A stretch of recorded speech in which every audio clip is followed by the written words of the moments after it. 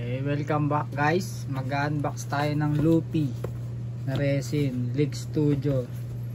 Nakakuha ulit tayo ng League Studio na Lupi na resin guys. Mang Lupi. Okay guys, simulan na natin pag-unbox para mabuo na natin. Ang napapansin ko sa mga League Studio guys, walang card. Hindi ako sure kung wala ba talaga silang card. Yung mga League Studio. Guys, simulan na natin. Si Lupi. Siyempre, unahin natin yung kanyang base. Ito yung kanyang base guys. Simple lang. Hindi man siya ganun kaangas. Pero maganda. Maganda to.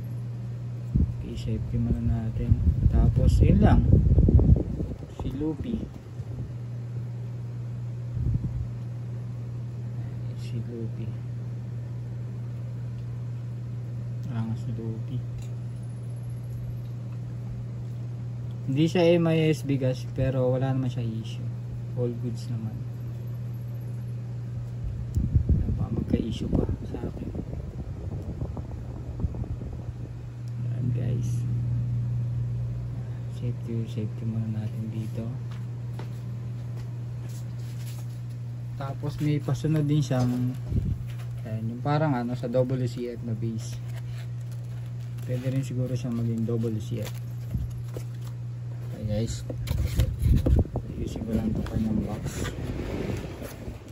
Okay, tabi ko muna dyan kasi babalik ko rin naman siya.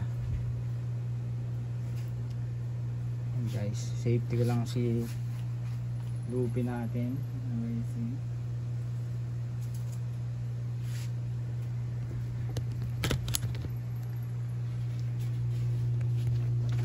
Okay guys, yan yung ating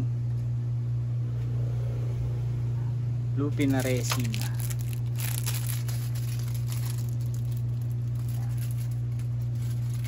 Angas pa rin niya guys. Cute niya, lit lang. League Studio kasi yung line niya si Soro. Meron din kasi tayo isang League Studio rito. Ito si Soro, League Studio rin yan. Ayan guys. Ayan, pero silang leak. Nakuha ko to, wala ring card. Baka wala talagang card. Di ako sure guys kung may card ba talaga yung mga League Studio. Pero sabi naman nung ni Master, yung ginawa ko nito, wala namang card. Kaya baka wala talagang card.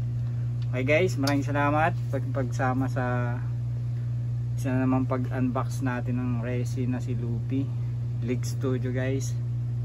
Ayan, para may idea kayo pag gusto nyo bumili ng League Studio na resin na Lupi.